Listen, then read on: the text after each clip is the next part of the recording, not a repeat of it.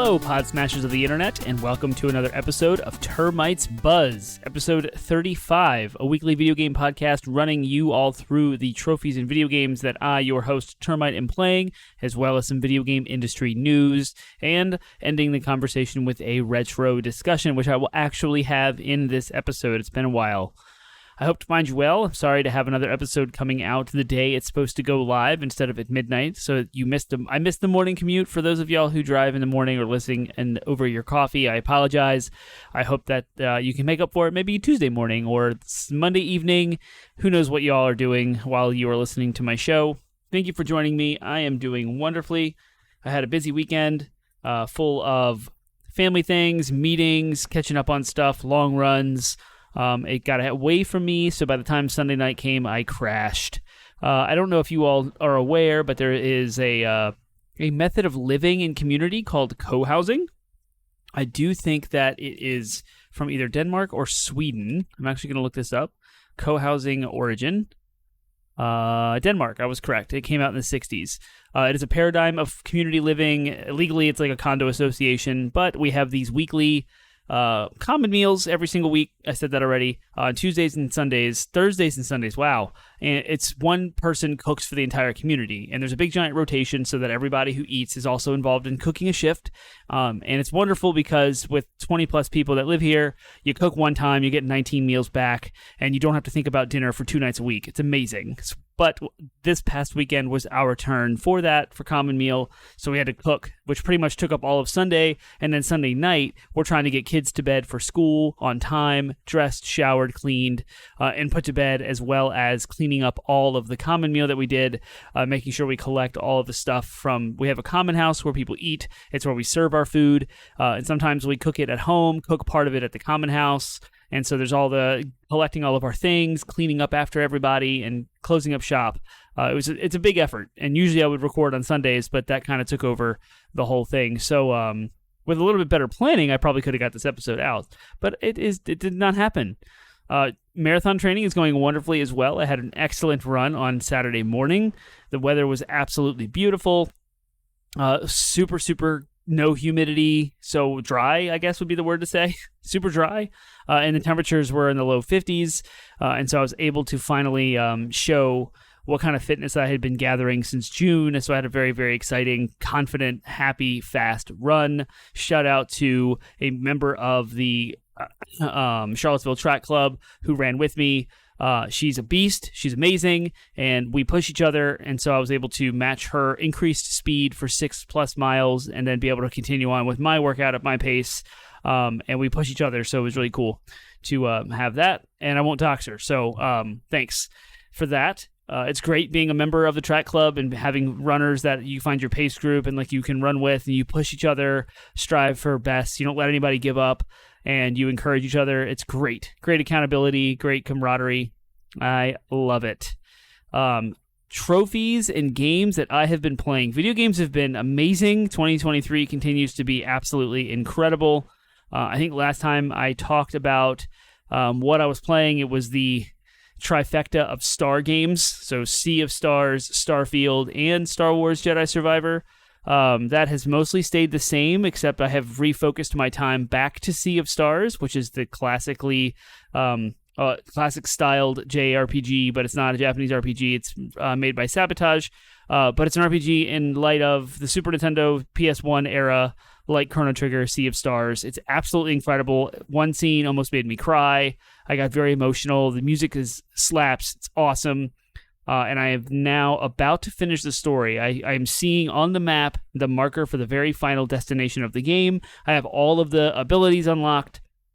All of the Metroidvania sort of gates are unlocked. So now it's backtracking, getting every chest, getting all the secrets, doing all the side missions, getting all the best weapons in the game, and doing all of that. Having a blast. It's awesome. I love it. And it's just like, it's staying its welcome just perfect. Like, I'm looking at the things left I have to do, and it's not daunting. But I'm kind of done. Like, I want to finish the game. I want to see how it ends and the story wrap up. But at the same time, the extras aren't overburdened. They're not overstaying their welcome. It's a good pace. I'm enjoying what I'm doing. And I look up a video, I find the treasure chests, I find the things, and move on to the next area. And it's like a little fun collect-a-thon. It's not aggravating yet. I'm in the same boat with Star Wars Jedi Survivor now. At the time when the game had come out, I was done. I did move on to other stuff, and circling back around with the new patch that made everything run better has been good, but I haven't played it in the whole week since the last time I talked to y'all. So I'm not going to talk about that too much. And same with Starfield. I really did have to force myself to put that one down in order to keep pace with the PlayStation side of things and keeping my trophies and pushing to finish things up, because October, a month from now, is going to be lit with Super Mario Bros. Wonder and Spider-Man 2 coming out on the same day. So there is all that going on. There's also, on a side note, it's coming in the mail tomorrow, but the console version of Gloomhaven, which was a PC game, I have it on PC, I got it on the Epic Game Store, dirt cheap. It's coming out on consoles, and so I'm getting a PlayStation version of that, which I guess will be kind of my Baldur's Gate stand-in. So I'm not playing Baldur's Gate because it's going to be 100 plus hours of content. I don't know how fast I can get through games of Gloomhaven. From the bit that I've dabbled on PC, it seemed like each round is relatively quick. And so it'd be cool to be able to understand that board game, because I have the physical board game ordered. The second edition is coming in March. So it'd be nice to have like a run through on the digital side of things so I can master my understanding of the game to help the in-person players that I want to play with in the spring be able to understand the game better. So I don't know how that's going to fit into my rotation of stuff to play. I don't think I'm going to prioritize it. It'll just be one of those things on the side that I'm just like, yeah, occasionally I'll dabble, which right now, Gran Turismo 7 and 6, I've been playing on my Frankenstein PS3. I've been playing Gran Turismo 6 because I realized firing it up, I hardly really got a chance to play it because it came out after the PS4, so all of my attention was on the PS4 at the time, and I love Gran Turismo, and I guess there was probably a Forza, maybe Horizon 3 or 4, that I was playing at the time that I enjoyed the racing side, and so I never really felt the pull of a good racing game like I did with Gran Turismo 7 when it came out. So I've been playing Gran Turismo 6, going back. It's awesome. It's Gran Turismo. I mean, like, all the hype around Forza coming out for the 2023 release, also in October, I think October 5th, for Xbox Series X and S. I'm excited about that, and I'm definitely going to play it when it comes out because it's on Game Pass, and I don't have to pay for it, and I have it pre-installed, so it'll be ready to go day one. There's all these like promotional videos that are describing in detail the new physics model, the new tire model, and all these things, and I just can't help but wonder, like, did Gran Turismo have all of this to begin with? Because Polyphony Digital has never had these big developer deep dives that described in depth the physics model and the tires and the suspension and stuff. Like, I feel like Microsoft Turn 10 with Forza is like overcompensating or like trying to change a narrative that had been shaped around Forza. And I don't know, because they're kind of like, it's one of those, it's like the Streisand effect. By emphasizing so much of what they're doing, they've kind of highlighted what they have not been doing in the first seven Forza Motorsport games. So I really need to find someone who's into sim racing, like for real, that has like the steering wheels, that knows the games inside and out. And I would really love to see an in-depth comparison between the new Forza and like Gran Turismo 5 or 6 from the PlayStation 3 era, and check out how the grip and the tires on some of similar cars and tracks work, and like really flesh out the differences. Because I think Forza's playing catch up. I think Gran Turismo has always been ahead of the game. They've always had a more robust, realistic model, and I think Forza's now catching up. And I'm wondering if they actually caught it. Like, I want to know if they have it. I want to know how real it is and how viable it would be in the sim racing world, because they've kind of capitalized on a pseudo simulator for online play, like car groups, the social aspect. They nailed it with Xbox Live and like creating clubs that you can all like share cars and liveries, and you can deck out stuff. Like, they had the social aspect down way more than Gran Turismo did, because Gran Turismo's online stuff is really archaic and kind of kludged together. And I haven't really played Gran Turismo 7, but they had that whole like Gran Turismo Sport game that was on PS4 that was nothing but online stuff, and that was very serious. It was definitely not something for a casual race car fan. So I'm wondering, like, Forza had the casual race car fans on lockdown, and now maybe they focus too much on that aspect of Forza, and now they're switching back to simulator stuff. I don't know. I just need help with the understanding of that. And maybe I can make my own assessment. Obviously I'll have both. I have played both. I have played every Forza and every Gran Turismo. And I'm stupid and don't really know what I'm like the differences between them. They feel like realistic to me. I don't know. It'll be interesting because I've increased greatly my understanding of car driving and physics just this past calendar year than I ever have before. And so I'm looking at Forza Motorsport to like the new one. I'm really going to get into it and see if as far not like spend a lot of time into it, but really analyze specific cars and how they behave on the track. So it'll be interesting. We'll see. Maybe I'll report back here to you all when I am done. So that's on the horizon. Spider-Man 2, Super Mario Bros. Wonder, Forza Motorsport. I hope to finish Sea of Stars, but way before those games come out so I can jump into Resident Evil 4, the remake that came out earlier this year. I got it for my birthday. Thanks, T-Bone. It's installed, it's patched and ready. But also Cyberpunk 2077's 2.0 update. I don't know if y'all are finding or following the news around that. It is apparently an absolute complete makeover. Like, they've changed absolutely everything. So apparently, like, from the character creator all the way through how you develop your character, the gameplay loop, how combat feels, it's all tightened up, and it's supposed to be, like, really, really good now. So I kind of want to roll a new character in Cyberpunk for a little while and, like, try out that. And I would like to get that new DLC story and maybe take my old character from my first playthrough and run through that, all the new content. It sounds really, really fun and really good. I just don't know how I'm going to fit that into my schedule because there's so many things to play. 2023 is insane. It's a lot. So help. I wish I could split myself up and just like have someone playing video games full time and then the other version of me doing all of the responsible things because it's just a lot. Can't complain about lack of content for sure. The floodgates are open. So what's going on in the industry this week? A lot of excitement has happened last week. There was a Nintendo Direct, a Sony PlayStation State of Play, and there was a lot of bad news, too, surrounding Unity, that whole game engine company. I'm going to try my best at describing what is going on with it with some news articles that I've pulled, and that's probably enough about what I'll have time to talk about. There were some other things too. I think there's some drama over at Ubisoft with a mandate to come back to office that went horribly wrong, and some studio closures as well. So it's been a crazy week in the video game industry. But we're going to start with the exciting stuff. Everything announced at the Nintendo Direct, which had some surprises that I absolutely loved. So in this order, I'm going to read an article from IGN written by Taylor Lyles that will walk us through the Nintendo Direct from September of 2023, but it's out of order. So I'm going to have like the most exciting thing first. A ton of announcements. So right off the bat, nobody saw it coming. Paper Mario: The Thousand Year Door HD announced. Another beloved game from Nintendo's portfolio is getting a remastered treatment. It's time. It's Paper Mario: The Thousand Year Door. We did not get a ton of information outside of updated visuals and the fact that it will be out next year on the Nintendo Switch. So this is another remake, another GameCube port, and I was trying to run through in my head what other GameCube games have been ported to the Switch. And I know we've got Mario Sunshine as part of the Mario 3D collection. We've got Pikmin 1 and 2. That's out now digitally, but it's coming in September on the Switch. And now we've got Paper Mario: The Thousand Year Door. And I'm struggling to think of any more GameCube games.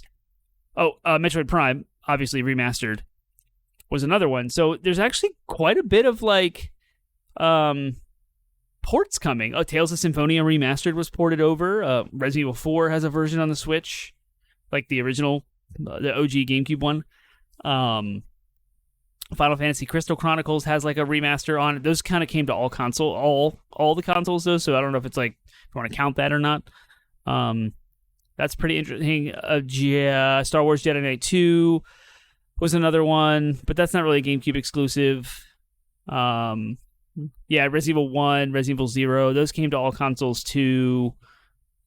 But it's interesting, the kind of like weird little focus on GameCube and how different it is from the Nintendo Switch online service for the N64, Super Nintendo, Nintendo and Game Boy Advance, etc. They don't have just like the port wall or the port window of things to choose from. They're actually like picking and choosing the ports and putting a little work into it. Like Pikmin required a little bit of work to get I think it's the Wii versions that have been ported to the Switch. So from GameCube to Wii, they added motion controls for the Wii nunchucks and stuff.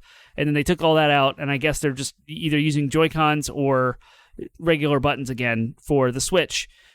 Super Mario Sunshine was just a direct port, boom, boom, right from the GameCube to... So that would have been like the Nintendo Switch Online, for lack of a better service for GameCube at the time. But Thousand Year Door for Paper Mario and Metroid Prime Remastered were both like doctored up and redone, touched. So everyone's clamoring, of course, for Twilight Princess HD and Wind Waker HD from the Wii U, but Twilight Princess would be another GameCube game, and so would Wind Waker if they brought those over, even though they were like Wii U remasters if they just ported those over. And then there's still the question of if we're getting Metroid Prime 2 and 3 from GameCube and Wii, respectively. We know there's Luigi's Mansion 2, which I'll get to in a second.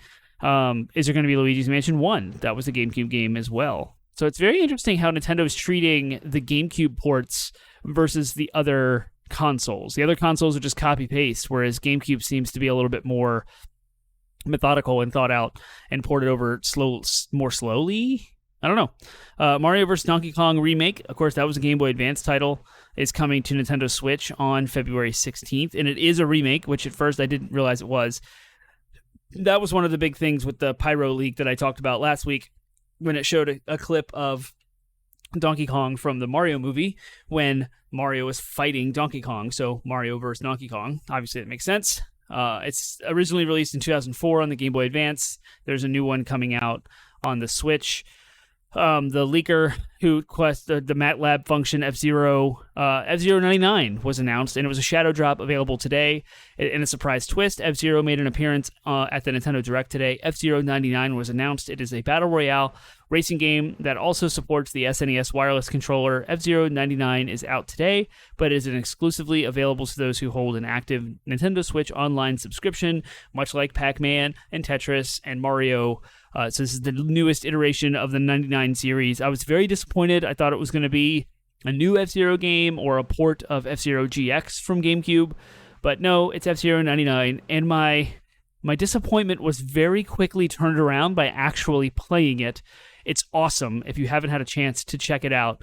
It's free for Nintendo Switch Online members. The 99 Racers in F-Zero is bonkers. It's absolute insanity, but it's fun. It's not too annoying having 99 Racers on one track. So I've dabbled with it. I've done a few races. I got through the prologue and the tutorials and got into a few online races. I think the highest I've come is 11th place. So I haven't won one yet, but I also haven't been playing it very much. I just kind of dabbled.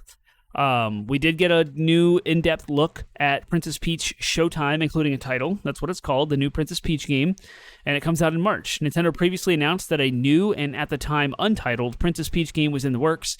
Today's Direct finally unveiled some gameplay along with a name for this new game focused on the princess of Mushroom Kingdom. Princess Peach Showtime is the name of the game, and Nintendo also gave us a new look at the game.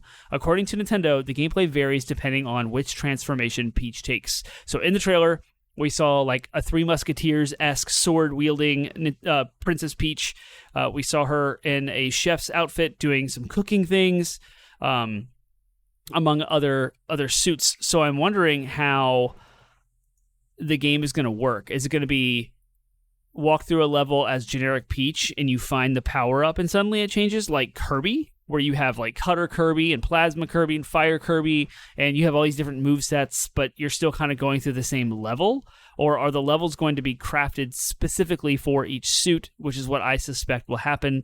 It's cool. This is there's Detective Peach as well. So yeah, the levels would have to be made to match the costumes and the gameplay going on here. But this is cool. I love genre bending. I love games that collectively go through different genres. It Takes Two did a really good job of touching each different type of genre of game: platforming, third-person shooting, dungeon crawling.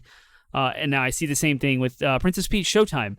So I also like that it's we're getting away from that Peach game that was on the DS where her emotions were her power. I don't remember, but that sounds very shallow. This looks like Peach is getting the proper treatment as a mainline Nintendo character, and we're going to give her some dynamics, some different gameplay styles, a different approach than like Mario. We're not copy and pasting from anywhere else. It's unique in and of itself. The closest thing this is to Kirby, I think, and we'll see more as reviews get closer, but it's not coming out until March of next year, so it'll be a while. But I'm excited to see this game. It looks good, and it's got my interest, and I can't wait to check that out.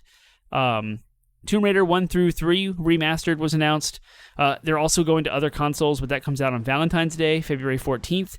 Remaster compilation will have an option for players to toggle between the updated visuals and the original polygon look for retro flair. Updated visuals aside, the remasters will also include the expansions and secret levels for each game.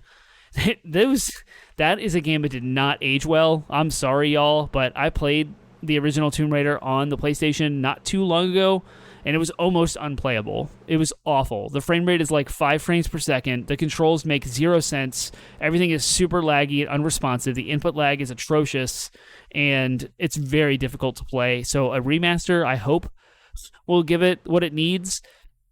But judging from the video and the fact that you can still switch back to the old graphics, I don't know. It still looks clunky, so they have a lot of work to do to make that game more fluid. Frame rate looked fine in the trailers for what they showed for these remasters. But yeah, it's pretty sweet. I might have to get those on PlayStation because that's where they belong. But of course, it's a property. Who owns the Tomb Raider? Who's publishing that? Tomb Raider 1 through 3 Remastered. I can't remember who owns the publishing rights to Tomb Raider, because it was Crystal Dynamics, which was Square Enix, sort of. Let's see. Square Enix still owns the Tomb Raider IP. 2024, according to the Wikipedia. Embracer Group, they own them now. So, yep, there you go. Following the conclusion of the Survivor trilogy, both Crystal Dynamics and Eidos Montreal were busy with Marvel properties, so there's no further Tomb Raider games for several years. In Crystal Dynamics' case, continued support for Marvel's Avengers lasted until 2023. Yeah, this isn't really like super up to date, but I don't know. To be determined. I got to figure out who is publishing Tomb Raider 1 through 3. Sometimes you got to do your research on the fly. You know what I mean? It looks like Amazon Games. In December, Amazon Games announced that it will publish the next mainline Tomb Raider game. It is being developed by Embracer-owned studio Crystal Dynamics with Unreal Engine 5, and will be built alongside Amazon from development all the way through publishing. So that's interesting. It announced Thursday the remastered trilogy is set for release on the Switch on the 14th. I assumed it's the same publisher, Crystal Dynamics. Core Design is the company who's making it. So Core Design is the developer of the original. Okay. Crystal Dynamics has also said that Lara Croft's next adventure will unify the timelines in Core Design's original Tomb Raider games and its own reboot trilogy. So that has nothing to do with the remaster. Okay, I don't know. It looks like Crystal Dynamics is still in play, so I don't want to keep hanging out for that. Don't know what's going on with it. Don't know who's publishing it. More to be determined. Of course, Luigi's Mansion 2 HD is the official title of Dark Moon's port to the Switch. It was already in development, but today's Direct gave us a new look at the trailer, in addition to the confirmation that the remaster will arrive next summer. So this is the latest game. Again, the Nintendo Direct that came out and said, we're going to focus on games releasing this winter through the winter of 2024, which would be like springtime. Here we go with an announcement all the way out through summer, which is like now, a year from now. Very interesting, Nintendo. I'll get back to that. I'll circle back around to that implication in a minute. Splatoon 3's Side Order gets new gameplay trailer and spring 2024 release window. That's how they kicked off the Direct, with a new gameplay trailer for Splatoon 3 Second Wave DLC expansion Side Order, which is available as part of the game's expansion pass, but will also be sold separately. When I was watching the watch-along with Kinda Funny, they were saying how this looked like a roguelite. I'm not convinced it is, but it did mention that you will be playing some of the levels over and over again with different combinations of weapons and such. So, and there was a lot of RPG-ish numbers being shown around, and it looks interesting. I'm not sure if it's a roguelike. I don't know if that's what it means, or if it means you're trying to like get a better score, and so you just keep playing the same stuff over and over again. But I was hoping for like a more single-player, linear sort of story. I bought the DLC thinking that's what it was back when they first announced it, and the first wave of DLC was you being able to play an Inkopolis from Splatoon 1, which was very just cosmetic only. But I thought the $20 that it was cost was for this campaign that's coming out, and it's not really a campaign, so I'm kind of bummed. But now I feel obligated to no refunds. Like, I bought the thing digitally, so it's kind of silly. We got an updated look at Prince of Persia: The Lost Crown. Ubisoft provided another look at its upcoming game, The Lost Crown. The latest installment in Ubisoft's Dormant franchise was announced in June at the Summer Game Fest. It's a 2D action platformer slated to launch January 18th, and it's being developed by Ubisoft Montpellier. Montpellier? I don't know how to pronounce that. The developer behind Rayman Legends. The game looks amazing. Like, absolutely cool, just like Metroid Dread kind of style, side-scrolling, very, very action-oriented combos, jumping, platforming. It looks awesome. I can't wait to see the review scores, because if it's good enough, and if it comes to PlayStation, I'll get trophies. And January might be ahead of the Persona 3 remake and the Final Fantasy VII Rebirth, which I will also talk about later in this episode. Hopefully January 18th will be out before then, and I'll actually have a chance to play something fun in January before my slate gets filled with big RPGs. Speaking of big RPGs, Super Mario RPG Remake got a new trailer, a new look. It was announced at the previous Nintendo Direct, but now we have a trailer with a look at gameplay and focused on more of the mechanics. They showed some new things, a couple of things to hint at. Or like when you do your timed attacks, like you do in the Super Nintendo version, it fills a gauge that then you can start to do an ultimate combo attack with your team. That's all new. And that looks fun and really cool, so I'm excited about that. You can switch between the original music from the Super Nintendo and the Nintendo Switch music, the orchestrated version. The composer from the original was brought in on the new one. The music is like part of my excitement for this thing. If they didn't handle the music correctly, I'd be greatly disappointed in this port. But just that fact that you can switch from the Super Nintendo to the Switch, I am ecstatic. I am so happy. I would have rather just kept the Super Nintendo music if they weren't going to do it correctly, but they are doing it correctly, and I listen to the soundtrack regularly for Super Mario RPG. My kids love it. They request the soundtrack in the car sometimes. It is a regular thing in my life, so I'm super, super happy they're keeping the soundtrack. This is November 17th is when it comes out. It's right after my marathon, so I'm very excited to sink my teeth into Super Mario RPG again. They talked about a boss challenge, like after the game is over, you can go fight bosses on apparently harder difficulty modes, so you can really test your loadout and your build and your character like tree development stuff against harder difficulty bosses. So it looks like they're really fleshing out some extra content, adding some stuff in. I'm excited about it, and they did show there was a screenshot of the door leading to Culex, which is the secret boss from Final Fantasy with the Final Fantasy music. And that's confirmed in the trailer. You can find it, you can pause it, you can see the door. They're opening it up. So I'm very excited they're preserving those things. It's going to be great. Trombone Champ is coming to the Nintendo Switch. It was out that day. Dave the Diver arrives on Nintendo Switch. There was a first look at Wave 6 of Mario Kart 8 Deluxe's Booster Course Pass. We got new characters, Diddy Kong, Funky Kong, Pauline, and Peachette, among Daisy Circuit from Mario Kart Wii. That was the teaser. That was all we know we're getting so far. So that's exciting. I can't wait for them to be done with Mario Kart 8. My suspicion is that Mario Kart 9 is being developed for the next console, the Switch 2, the Super Switch, whatever you want to call it. So I hope to be... Mario Kart 8 was a Wii U game.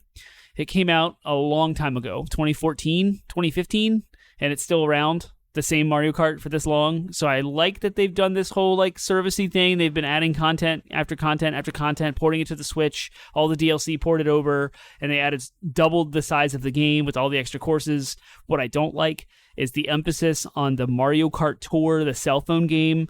There's so many tracks from it ported over to the Switch. I don't like that. There's so many good tracks on the mainline entries of Mario Kart's history that I wish they would have just ported everything over. So my dream was like the Smash Bros of Mario Kart, or every course is here. Every character is here.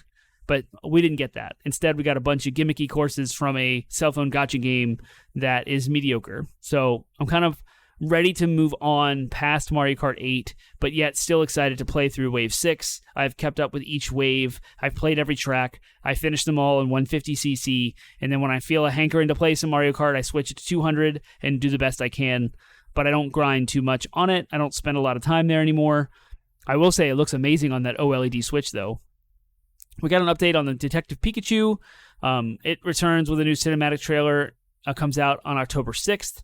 And there were some amiibo updates for Tears of the Kingdom, Smash Ultimate, and Xenoblade Chronicles 3. And those were very important. The release dates for Zelda and Ganondorf for Tears of the Kingdom are coming November 3rd. And then we have Noah and Mio from Xenoblade Chronicles 3, and they're coming out January 19th. And then it was announced that Sora is the very last Super Smash Bros. Amiibo character, and that's coming out next year. No release date, but sometime next year. So Sora confirmed, of course, we knew it was coming, but it was cool to actually see a real screenshot of what it looks like. And of course, it's amazing, and I'm going to pre-order it the second I can to go with my Banjo-Kazooie and my Rob and my Yoshi and my Game & Watch, my Cloud and Sephiroth, Smash Bros. Amiibos. If anybody has a Bayonetta Player 1 and 2 amiibo or a Joker amiibo they no longer want, hit me up. I'm very much interested in getting those third-party Smash Bros. Characters, and Solid Snake would be kind of cool too, just to round it off, to have like the characters from my favorite game series. Now that I've played Bayonetta 1 and 2 all the way through, I really appreciate her, and I want those amiibo. And now that Sonic wouldn't be a bad one to have either. You gotta love Sonic, right? So I kind of want to round out those like third-party, non-Nintendo first-party IP characters on my Amiibo collection. And of course, when Joker come out, I'd never played Persona, so I didn't even realize what he was or who he was or what was going on with Joker. But now he's amazing. Persona 5 is one of my favorite games of all time. Not better than Final Fantasy VII, but definitely up there. So I care more about Joker now. I want that. So, but it's like $90 online. So if you don't want to sell it for money and you want to get rid of it to a gamer who wants it for the collection, hit me up. Because like I'm not trying to spend $90 on it. Obviously, I'm willing to pay, but not that much. It's a lot. When hopefully I can just, I don't know, ride it out, wait until I find a deal on it sometime and grab it. But Horizon Chase 2 is available on the Nintendo Switch today. That's a arcade racer that I have zero interest in. A Nintendo DS game getting remade called Another Code Recollection is a new compilation that features Another Code 2 Memories and its sequel, Another Code R. Marks the first time the game is being released in North America. They were originally released in 2005 for the Nintendo DS. The sequel came out 4 years later on the Wii. Both games will be enhanced for the Switch, and they come out January 19th. Saga Emerald Beyond. Square Enix announced that it's coming out next year. It's a new installment subtitled Emerald Beyond. It arrives on the Nintendo Switch next year. Alongside the announcement, the trailer shown off today's Nintendo Direct showed viewers different playable characters that you will get to select, such as a witch, a songstress mech, and a puppeteer. Unicorn Overlord is a new tactics RPG from the developer behind 13 Sentinels. That's Vanillaware, unveiled the next project that they're working on, a tactics RPG called Unicorn Overlord.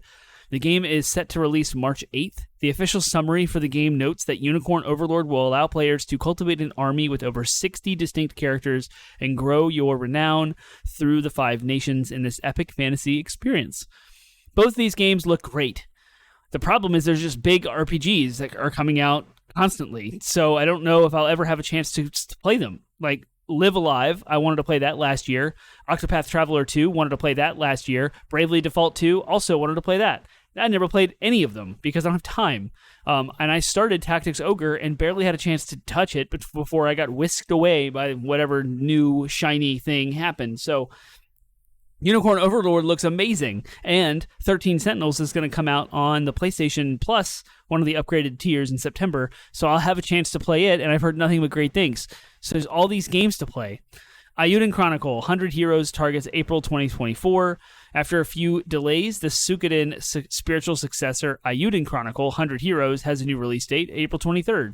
a 2D RPG, was announced in 2020 with funding for the game conducted through Kickstarter. It was supposed to launch in October 2020 before being delayed due to COVID-19.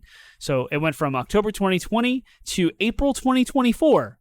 Ayuden Chronicles 100 Heroes.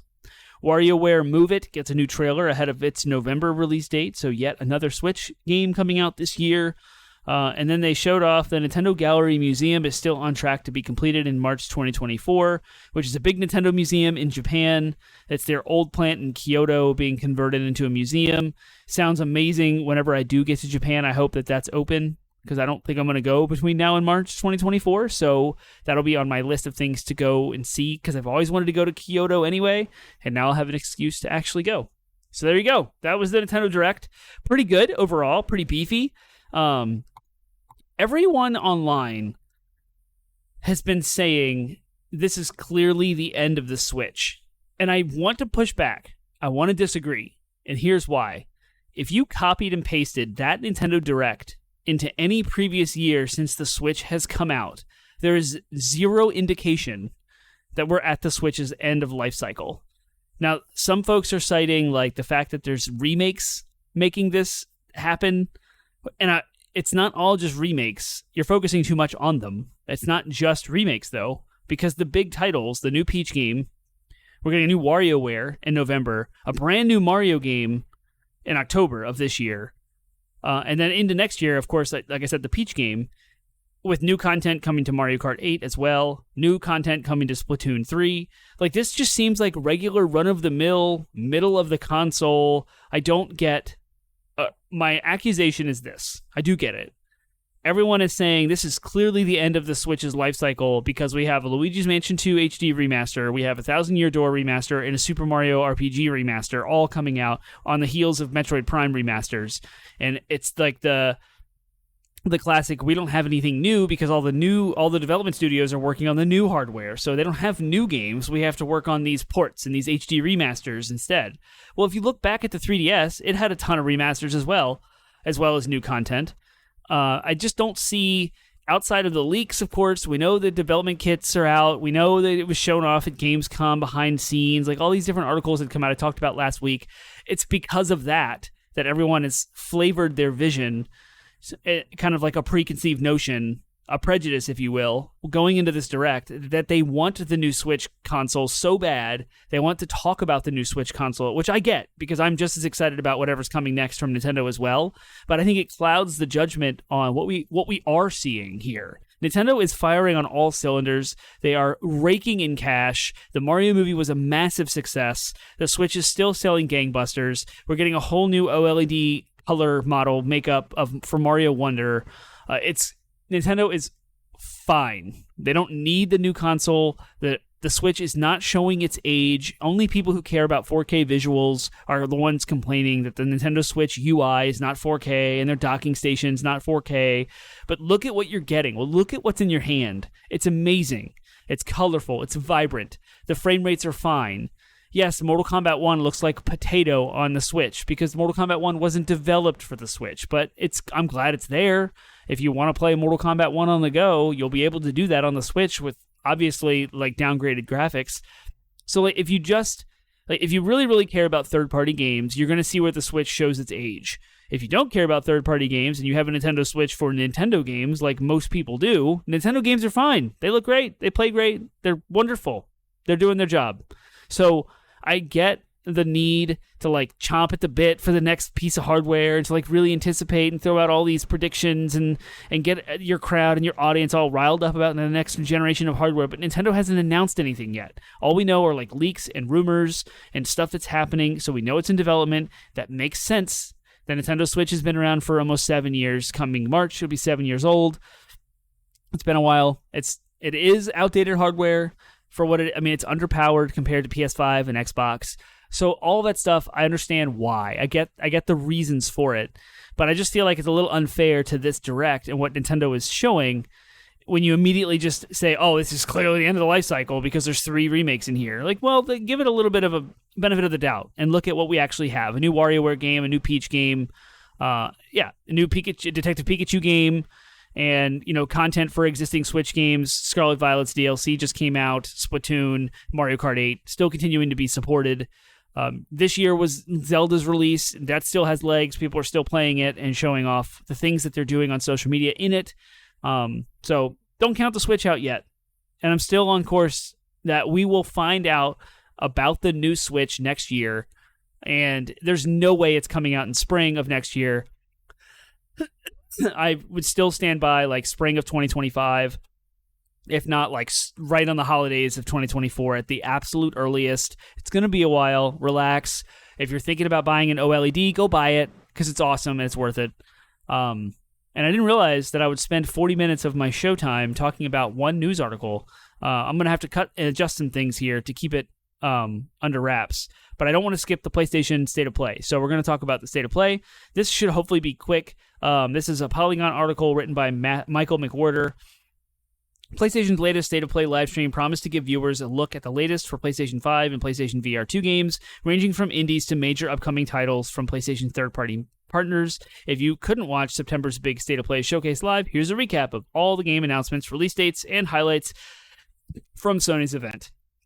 Spoiler alert, right off the bat, Final Fantasy VII Rebirth and Marvel's Spider-Man 2 were the tentpoles of this presentation. They had great showings. I didn't expect as much detail in Final Fantasy VII Rebirth as we got. So Square Enix's second chapter in the Final Fantasy VII Remake project is coming next year on 2 discs. At the State of Play, developers showed off what's next for Cloud, Tifa, Aerith, Barrett, Cait Sith, and the crew, and even revealed a release date for Final Fantasy VII Rebirth, coming out February 29th, officially, on Leap Year, which is pretty cool, or Leap Day. That's pretty awesome. 2 discs. It's going to be huge. There was a whole lot of other PR things, messaging coming out after the showcase. Stuff to do with how the characters fight together. There's a whole new system about pairing up the characters and how they relate to each other in combat. So I guess different combinations of characters will have different movesets, and how you command each character will be a little bit different from the first one. It takes place in the story from where the first game left off as the party leaves Midgar, and it ends at the fated scene at the end of Disc 2. I guess they're calling it, I always called it the Temple of the Ancients, but I guess it's the Temple of Lost something, the official name for it. Temple of the Ancients is what I'm calling it. Sure, I'll just leave it at that because I don't remember the official name. So that's cool, but you can see Cait Sith playable, Red 13 is playable, Yuffie. There was even a little sneak peek of Vincent emerging from his coffin, and there was a little PR question about, is he playable? And they used the analogy of he's like Red 13 in the first game. He shows up, but you can't play as him. He's just kind of there for now, but he will be more, he will have a more prominent role in the third title. So, okay, but super excited to see.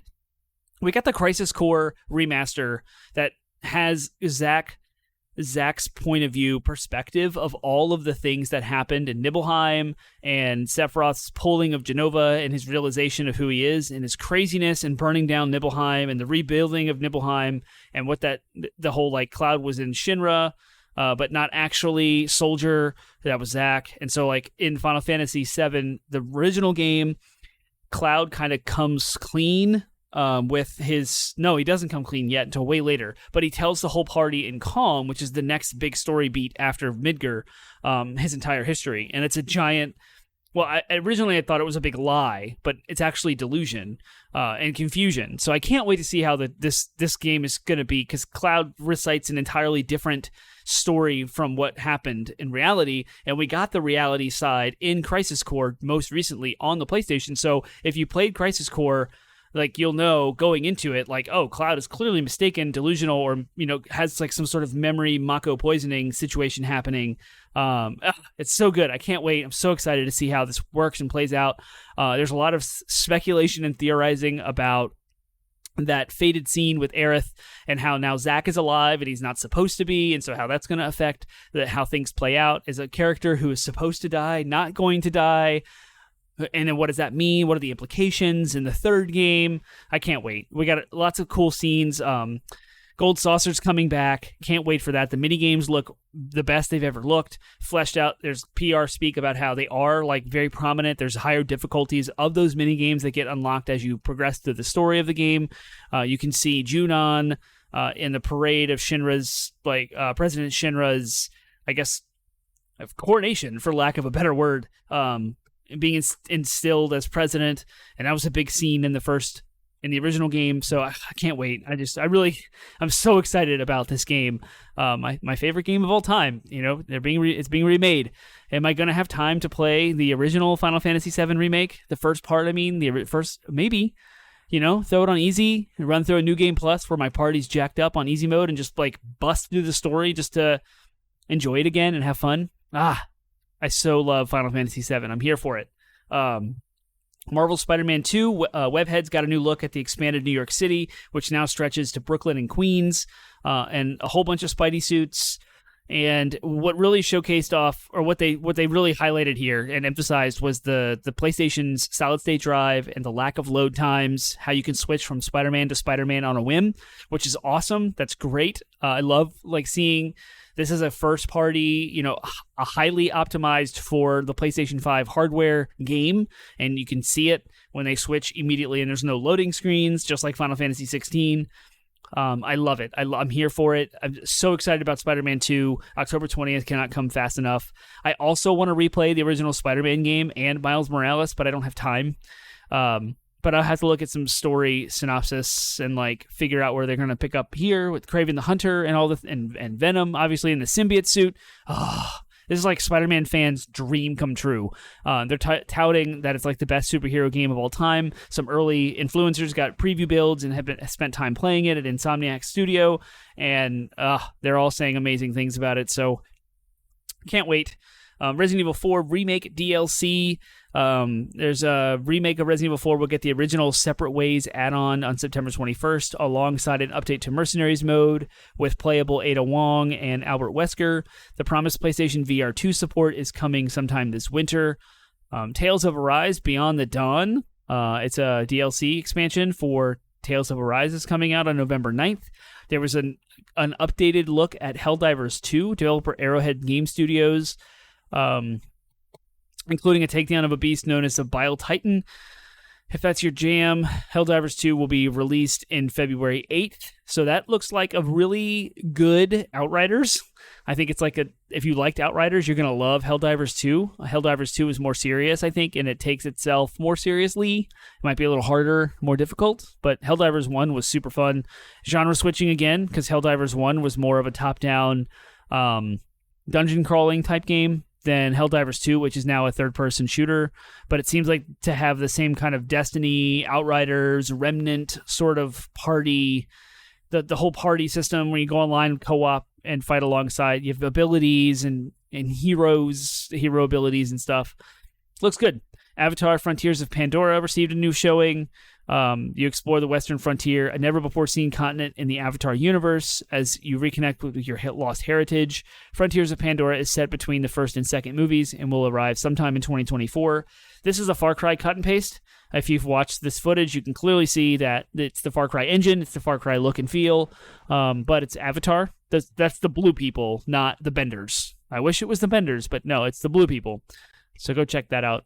Baby Steps, a silly walking simulator from the Quap and Ape Out creators, got a new showcase at State of Play, revealing grappling hook support. Of course, the star of Baby Steps can barely walk, so those grappling points seem pretty useless. Baby Steps is coming from Devolver Digital in 2024. This looks hilarious. My son was actually watching this and died laughing at the trailer, so that looks pretty fun. Hoyo vs. Stylish role-playing game is saying all aboard and departing for PlayStation 5 on October 11th with Honkai Star Rail. It's currently available for Android, iOS, and Windows PC, but it's coming to consoles in October. Foam Star's open beta was announced coming September 29th to October 1st for PS5. Some new PlayStation 5 and DualSense colors announced.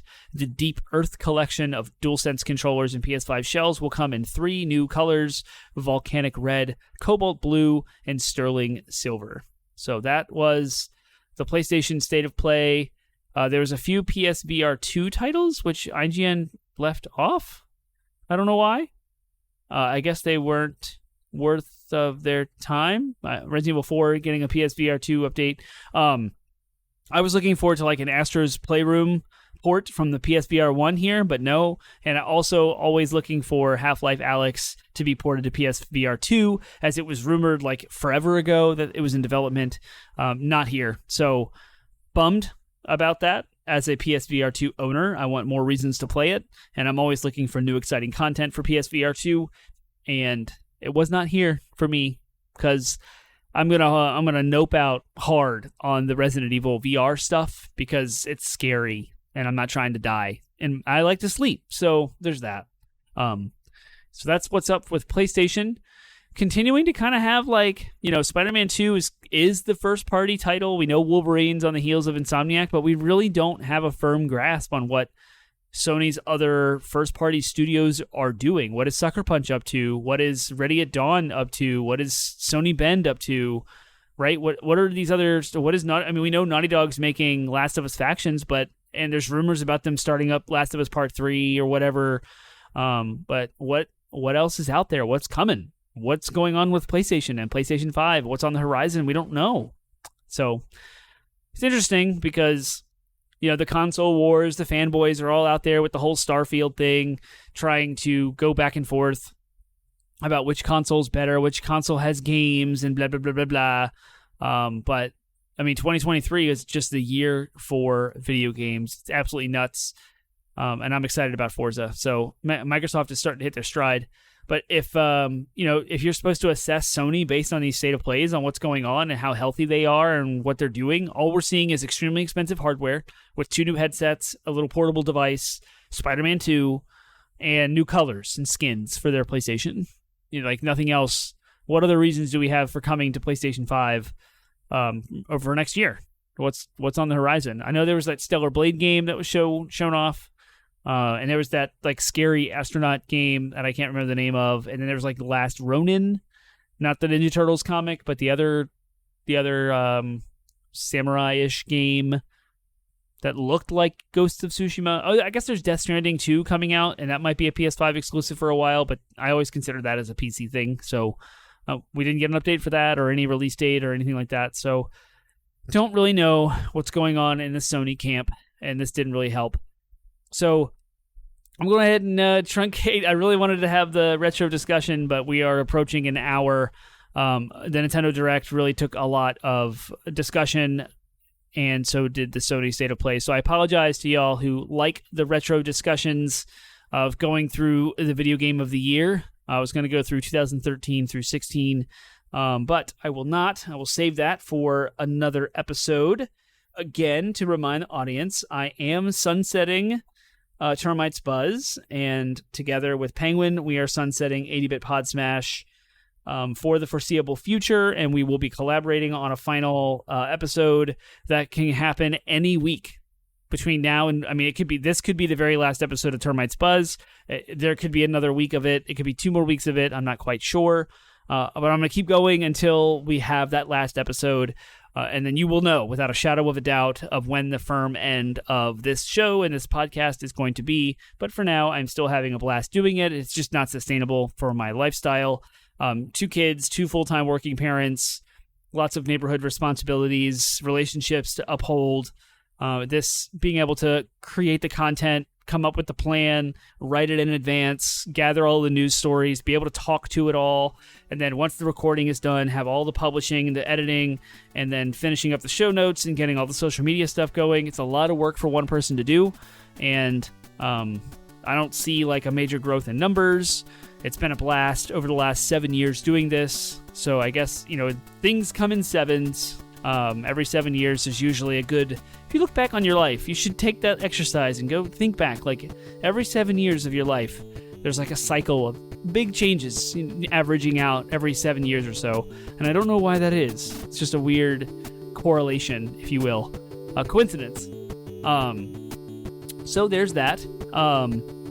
You can follow along on all of our social media platforms. You can find it all at 80bitpodsmash.com, 80bitpodsmash.com. That's our landing website. You can find links to all of our socials there. You can ask all your questions, leave all your comments, thoughts, concerns, ideas, everything you would like to interact with us on. we're there. Those things are not going anywhere. I'm going to leave all the episodes up. They will continue to be hosted by our hosting website, and you can have access to over 300 plus episodes of content over the years. So don't worry about that, and definitely stay tuned because we're not done yet. This is not the last episode today. So keep your eyes on our social media networks. And we even have a Twitch channel, twitch.tv/80bitpodsmash. And if Termite ever has a hankering to do a live stream, I will always use that as my account. I don't really need to switch to my personal Termite account. Maybe I will, maybe I won't. But you'll know because you'll be subscribed and following along and be made aware the moment decisions are made. So do all of that. Without further ado, I will see you next week.